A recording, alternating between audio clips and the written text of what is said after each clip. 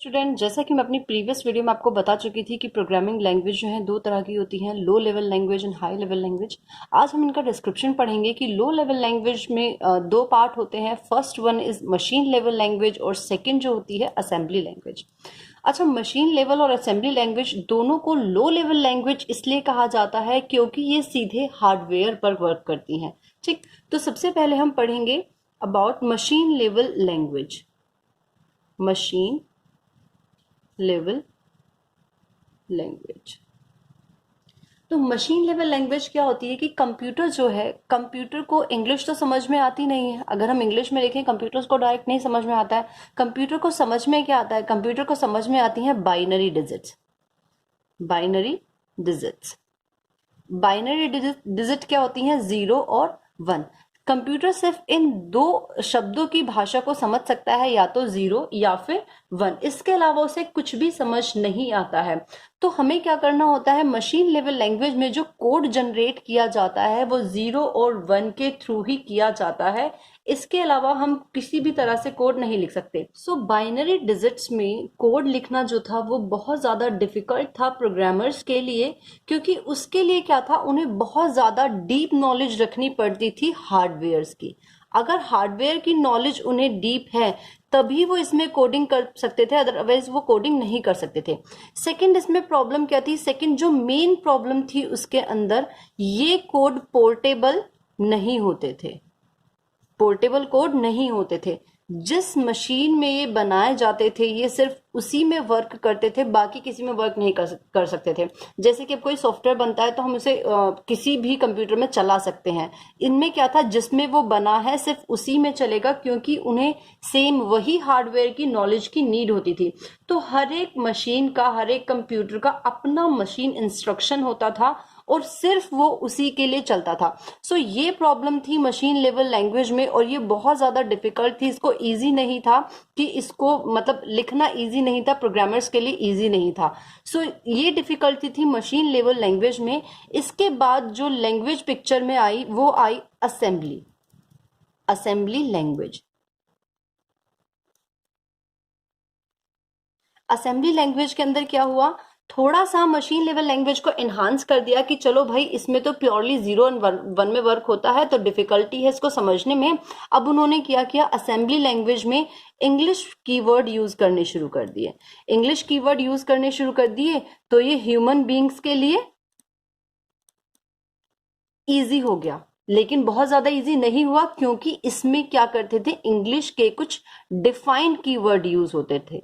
जो कीवर्ड इसमें डिफाइन कर दिए वही हमें यूज करने होते थे, उनके अलावा हम कुछ यूज नहीं कर सकते थे। फॉर एग्जाम्पल, अगर हमें अपनी फाइल को मूव करना है तो उसके लिए MOV, सब्ट्रैक्ट करना है SUB, ऐड करना है ADD।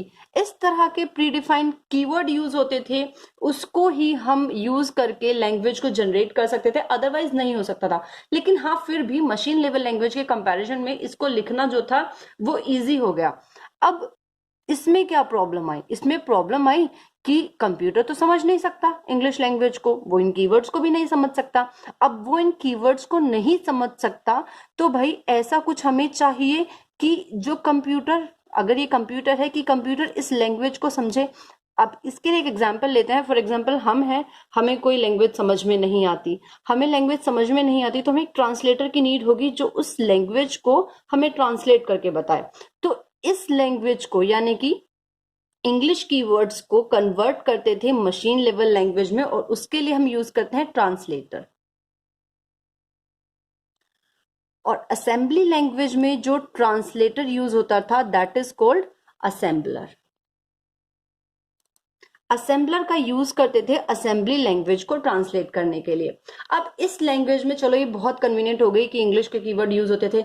फिर अगेन वही प्रॉब्लम आई कि इसको करने के लिए, असेंबली लैंग्वेज में कोई कोड लिखने के लिए प्रोग्रामर को बहुत ज्यादा लो लेवल की मशीनरी डिटेल्स में जाना पड़ता था, क्योंकि ये भी सेम वही थी, क्योंकि लो लेवल लैंग्वेज है तो मशीन के लिए ये कंपैटिबल थी लेकिन ह्यूमन बीइंग के लिए इतनी ज्यादा नहीं थी। और इसमें भी क्या था कि ये हर एक, जैसे हर एक कंप्यूटर में रजिस्टर्स के सेट अलग अलग होते हैं, तो जिस मशीन में चलेगी, जिस मशीन में बनेगी सिर्फ उसी में वर्क करेगी, बाकी किसी में वर्क नहीं करेगी।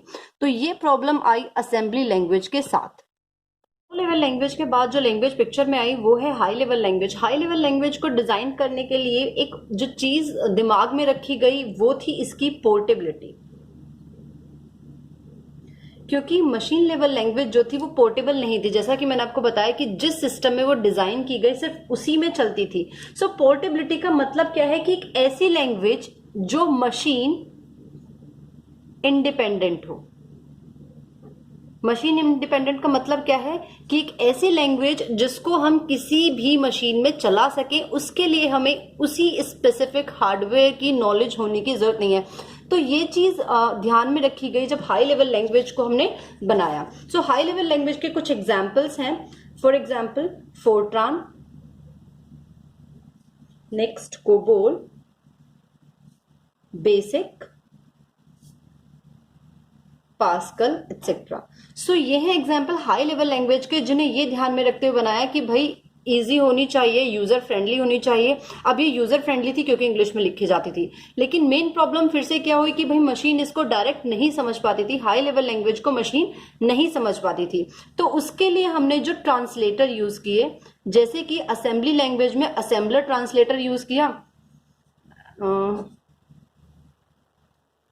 तो जो ट्रांसलेटर यूज किया, first one is compiler and second one is interpreter. So ये दो ट्रांसलेटर हमने यूज किए हाई लेवल लैंग्वेज को लो लेवल लैंग्वेज में कन्वर्ट करने के लिए। हाई लेवल लैंग्वेज का जो कोड होता है उसे हम बोलते हैं सोर्स प्रोग्राम, और जो मशीन लेवल लैंग्वेज का होता है उसको हम बोलते हैं ऑब्जेक्ट प्रोग्राम। तो इस तरह से हाई लेवल लैंग्वेज जो है यूज की गई और उसको मशीन को भी समझा दिया गया कंपाइलर और इंटरप्रेटर की मदद से। सो अब मेरी नेक्स्ट वीडियो में हम पढ़ेंगे इसको ब्रीफ में, जिसमें मैं आपको नोट्स प्रोवाइड करूंगी अबाउट द लैंग्वेजेस। और ये बहुत ही इंपॉर्टेंट क्वेश्चन है जो कंप्यूटर फंडामेंटल में भी आता है और सी प्रोग्रामिंग में भी आता है। सो नेक्स्ट वीडियो के लिए प्लीज इंतजार करें। Thank you so much.